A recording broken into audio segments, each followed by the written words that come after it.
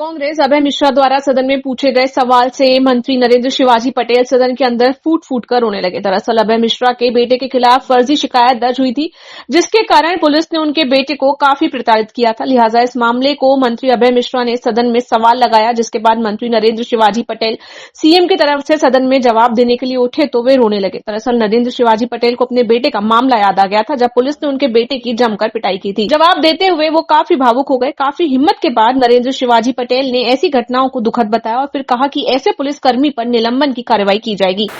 देखिए, अभी विधानसभा में सारी कार्रवाई आ गई है, सारा विषय आप लोगों ने सुना है, कार्रवाई के भी निर्देश दे दिए हैं। लेकिन लग रहा है कहीं ना कहीं पुलिस इस तरह की मनमानी करती है। ना देखिए, नहीं, कदापि नहीं, ऐसा मैं बिल्कुल नहीं मानूंगा। पुलिस दिन रात 24 घंटे अपने प्राणों की बाजी लगा के हमारे प्रदेश के नागरिकों को सुरक्षित रखने के लिए दिन रात परिश्रम करते हैं। गौरतलब है कि कांग्रेस विधायक अभय मिश्रा ने खुद के बेटे को लेकर प्रश्न लगाया था, लेकिन ये मामला सीधे नरेंद्र शिवाजी पटेल से जुड़ गया। विधानसभा अध्यक्ष ने कहा, ऐसे प्रश्न के लिए दूसरा रास्ता चुना जा सकता था। देखिए, मैं आपको एक घटना बताता हूँ। हमारा विधानसभा क्षेत्र है सिमरिया। 2008 में मैं वहां से विधायक, 2013 में हमारी पत्नी वहां से विधायक, 2023 में अभी मैं फिर विधायक। इस बीच में मैं वहीं से जिला पंचायत सदस्य सुनकर 7 साल जिला पंचायत अध्यक्ष। ये घटना सिमरिया की ही है, जहाँ का मैं विधायक हूँ, और सिमरिया के अंदर ही से एक थाने क्षेत्र की है। अब आप समझिएगा, एक मोटरसाइकिल जा रही है और एक स्कॉर्पियो से एक्सीडेंट हो जाता है। एक व्यक्ति की मृत्यु हो जाती है, एक वृद्ध व्यक्ति की। अब स्कॉर्पियो मोटरसाइकिल के एक्सीडेंट में मैं कहाँ आ रहा हूँ? इन्होंने लिखा कि वो रोड बनाने वाली कंपनी जो है उसकी गलती की वजह से एक्सीडेंट हुआ। बाद में इन्होंने जब जल्दबाजी में लिख लिया, देखा तो वो कंपनी नहीं थी मेरी, ना मेरा उससे कोई लेना ही देना था।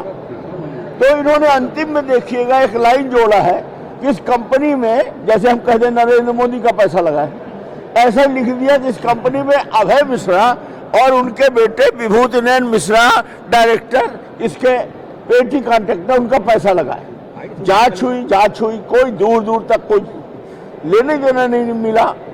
उसी अधिकारी ने जिसने ये प्रकरण दर्ज किया, 19 पांडे ने, ये वही अधिकारी है जिसने अभी हत्या करवाई है 3 महीना पहले केवट परिवार में, जिसकी वजह से जिसको सदन में बचाया गया था।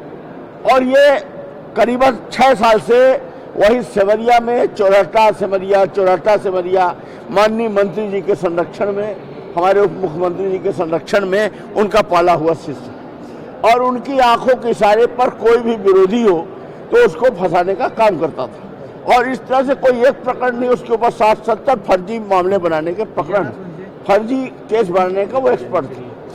आज हमने जब ये बात रखी तो उत्तर में ये आया कि हाँ, इसने समापन तो इसने किया है, खात्मा तो इसने किया है, लेकिन प्रकरण पंजीबद्ध करने वाला एक हवलदार का नाम लिख दिया। मैंने FIR निकाल के उसमें पटल में रख दी, ये ले लो FIR, इसमें अवनीश पांडे का दस्तखत। अब कोई जवाब नहीं था।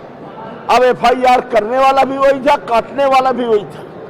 तो ऐसा आदमी जो उस क्षेत्र के ही विधायक और उसके बच्चों तक को टारगेट करे, तो हम दूसरों की क्या रक्षा कर पाएंगे? दूसरों को हम फर्जी मुकदमों से कैसे बचा पाएंगे? हाँ, अब आप देखिए, आज माननीय मंत्री महोदय आज जवाब दे रहे थे। पहले वो कितना रोए, आपने देखा है? आपको पता है क्यों रोए? उनके बच्चे, वो उनके मंत्री रहते हुए उनके बच्चे के साथ अभी 2 महीना पहले यही हुआ। आप ये क्या कहेंगे इसको? बेलगाम प्रशासन। ये माननीय शिवराज सिंह जी मुख्यमंत्री जो 20 साल यहाँ रहे और उन्हीं के चुनिंदा अधिकारी रहे, उनका जो ये नेटवर्क बना था नीचे तक, और जो ये बेलगाम प्रशासन तैयार हो गया, आज ये उसकी क्या कहना चाहिए, हमारे देसी भाषा में कहते हैं मोटाई छाई है। देख सकते हैं कि मोटाई छाई।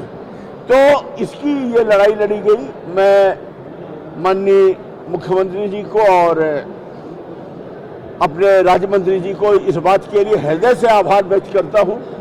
कि उन्होंने विधायकों का सम्मान कायम रखा।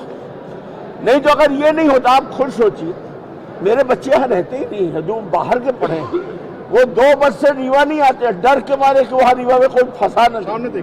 पढ़े लिखे बच्चे हैं, लंदन वगैरह से पढ़े हैं, वो अच्छे से हिंदी बोल लेते हैं, लिख भी नहीं पाते, वो कुछ किसी से मिले भी नहीं।